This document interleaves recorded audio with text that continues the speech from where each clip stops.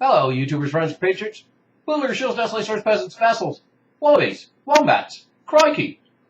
I'm a useful idiot. Today we're going to talk about the NSA and New Zealand. And as it turns out, I've ended up doing a series of different countries that the NSA is actively working with, including Germany and France. But outside of Germany and France, there's also what's called the Five Eyes, and that is a five-country agreement on sharing intelligence. It includes Britain, Canada, New Zealand, Australia, and the United States. So there's seven very large countries as it is, and then of course you add Germany and France, which it has been revealed that the NSA is working with, and then we can include Israel in that. So once again, we're examining country by country. We start to put together a global dragnet. So this is a global phenomenon like everything else in our era, and certainly not restricted to the problems we have with the NSA here in the United States.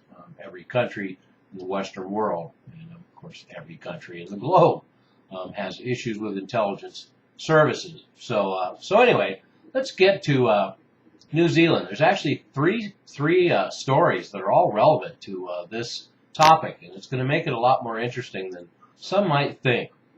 First of all, we have a controversial new bill in Parliament that will expand government power, authorizing the interception of private communications in the name of national security.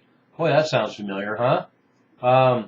They have a couple of intelligence agencies. One's called the Security Intelligence Service, and the other one's called the Government Communications Security Bureau.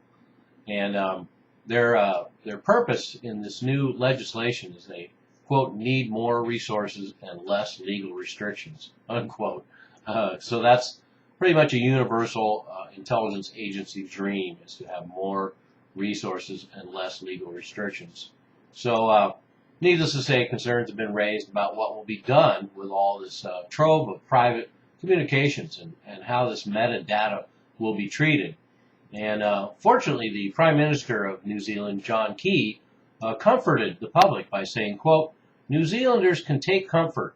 The Security Intelligence Service and Government Communications Security Bureau will be operating under a far stricter and more proactive oversight regime as they undertake important activities to ensure the safety of this country, unquote. So some more of that political gobbledygook and comforting the bewildered herd. And but that said, they already had 85 cases of illegal spying on New Zealand citizens just last year, just in 2012. And it was even proven that the Prime Minister's office itself was bugged. So anyway, this is great stuff. So they're moving ahead into the 21st century along with the United States. And as it turns out, this Five Eyes security intelligence sharing has been a lucrative agreement for both the United States and New Zealand.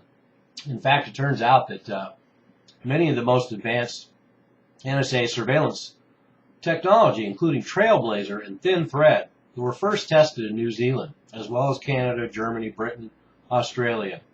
So a lot of the cutting-edge technology, because of more scrutiny and legalities in the United States, a lot of this stuff was tested abroad because technically then you're spying on foreign citizens. So, and William Binney, the NSA whistleblower, is the one that revealed all this information.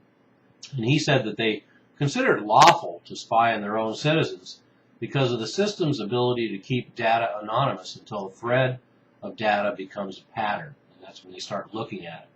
But obviously, those who are familiar with the Trailblazer and Thin Thread programs, just like I've talked about on many occasions, the government denies the ability to actually sift through this metadata. And there's been numerous programs, including Trailblazer and Thin Thread, that do exactly that.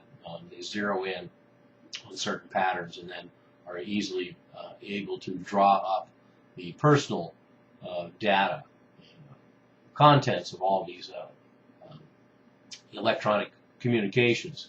So, and then it turns out that a report that's been around for a while, but it's resurfaced because of this new legislation, a report that U.S. intelligence conspired with New Zealand's military to spy on a freelance journalist in Afghanistan, John Stevenson, apparently a New Zealand citizen who was working for McClatchy.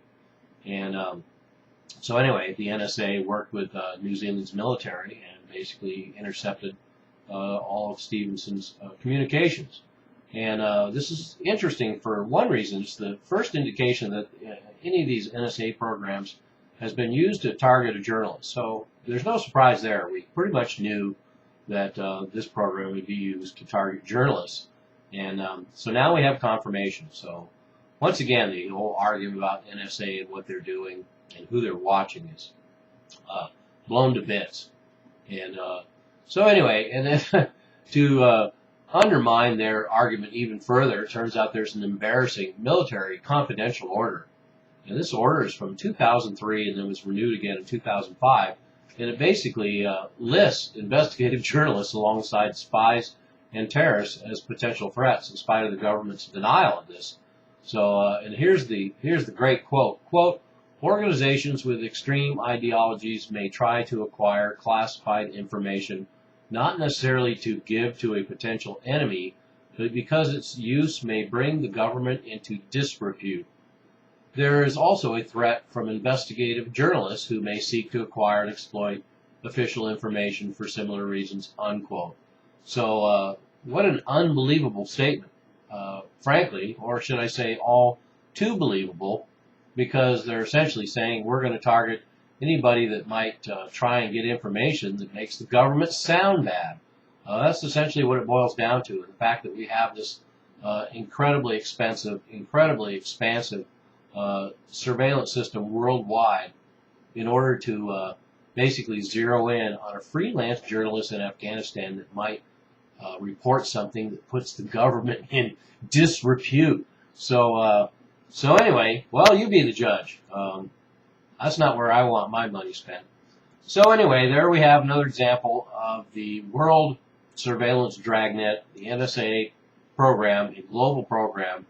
And I'll do a little more snooping, see if we can put some more pieces to this puzzle, because as I've said before, I assume if one or two are doing, they're all doing it. So everyone's spying on everyone else. So we're going to take a look around, see if we can find some unlikely characters that are spying on somebody else. So New Zealand, hey, good job. Welcome to the global club. I'm a useful idiot. Don't you be one too. And remember, if I agreed with you, then we'd both be wrong.